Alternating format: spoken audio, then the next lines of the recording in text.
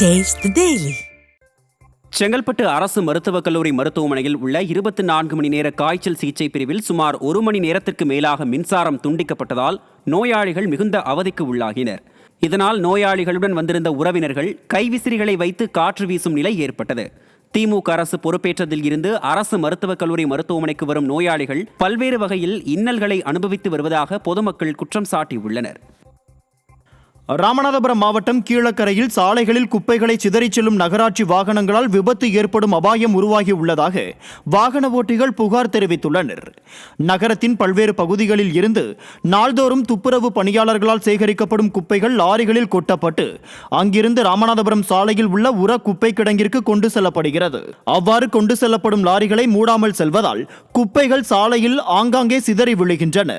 இதனால் வாகன ஓட்டிகள் மிகுந்த சிரமத்திற்கு உள்ளாவதோடு விபத்து ஏற்படும் அபாயமும் உருவாகியுள்ளது. விழுப்புரம் மாவட்டம் திண்டிவனம் அருகே சாலையில் சாய்ந்து விழுந்த வேப்ப மரத்தை அதிகாரிகள் அகற்றாததால் பொதுமக்களை அகற்றியுள்ளனர். திண்டிவனம் அருகே அன்னம்பாக்கம் நெடுஞ்சாலை ஓரம் இருந்த வேப்ப மரத்தின் அடிப்பாகத்தில் மர்ம நபர்கள் தீயிட்டு கொளுத்தியதால் மரத்தின் அடிப்பகுதி எரிந்து மரம் சாலையில் சாய்ந்து விழுந்துள்ளது. இந்த மரத்தை விடிய அரசின் அதிகாரிகள் அகற்றாததால் அப்பகுதியில் போக்குவரத்து பாதிக்கப்பட்டது. பின்னர் சாலையில் சாய்ந்த மரத்தை பொதுமக்களை அகற்றும் அவலநிலை ஏற்பட்டுள்ளது.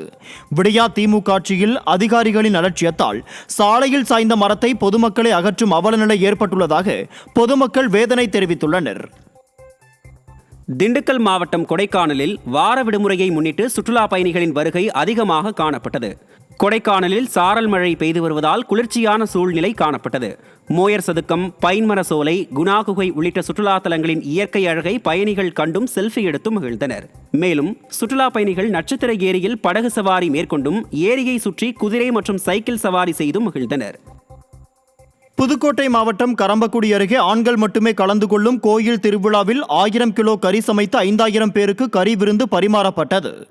கெண்டையன்பட்டி கிராமத்தில் உள்ள ஸ்ரீ முத்து முனீஸ்வரர் கோயில் ஆண்கள் மட்டுமே வழிபாடு செய்யக்கூடிய கோயிலாகும். இந்த கோயிலில் ஆடி மாத கிடா வெட்டு பூஜை கோலாகலமாக நடைபெற்றது. இதனையொட்டி 100க்கும் மேற்பட்ட கிடாக்களை வெட்டி 1000 கிலோ கறி சமைத்து 5000 பேருக்கு உணவு பரிமாறப்பட்டது. நீலகிரி மாவட்டம் குன்னூர் அருகே சாலையை தனியார் எஸ்டேட் நிர்வாகம் ஆக்கிரமிப்பு செய்துள்ளதை மீட்டுத் தரக்கோரி மக்கள் விடிய அரசிடம் கோரிக்கை விடுத்துள்ளனர். குன்னூர் அருகே உள்ள உலிக்கல் பேரூராட்சி நிர்வாகம் சார்பாக 3,25 லட்சம் ரூபாய் செலவில் 5 கிலோமீட்டர் வரை தார் சாலை அமைக்கப்பட்டது. இந்நிலையில் தனியார் எஸ்டேட் நிறுவனம் ஒன்று அந்த தார் சாலையை ஆக்கிரமிப்பு செய்துள்ளது. தற்போது 2 கேட்டுகளை அமைத்து காவலாளிகளை பாதுகாப்புக்காக அமர்த்தியுள்ளது. பொதுமக்கள் பயன்பாட்டிற்காக அந்த தார் சாலையை மீட்டெடுக்க வேண்டுமென விடிய அரசின் மாவட்ட நிர்வாகத்திற்கு மக்கள் வேண்டுகோள் விடுத்துள்ளனர்.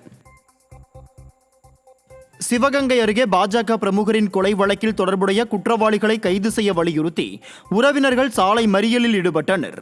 சாத்தரசன் கோட்டை வேளாங்குளம் கிராமத்தில் கடந்த சனிக்கிழமை நள்ளிரவு இருசக்கர வாகனத்தில் சென்ற பாஜக கூட்டுறவு பிரிவு மாவட்ட செயலாளர் செல்வகுமார் என்பவரை மர்ம நபர்கள் வெட்டி கொன்றுவிட்டு தப்பியோடினர்.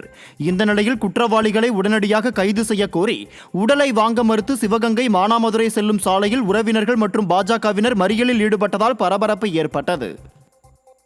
கள்ளக்குறிச்சி மாவட்டம் ரிஷிவந்தியம் அருகே வீட்டிலிருந்த குளிர்சாதன பெட்டி வெடித்து ஏற்பட்ட தீ விபத்தில் ஏராளமான பொருட்கள் எரிந்து நாசமானது. ரிஷிவந்தியம் அருகே காட்டுயடையார் கிராமத்தைச் சேர்ந்த அண்ணாதுரை என்பவரது வீட்டில் இருந்த குளிர்சாதன பெட்டி வெடித்து தீ விபத்து ஏற்பட்டுள்ளது.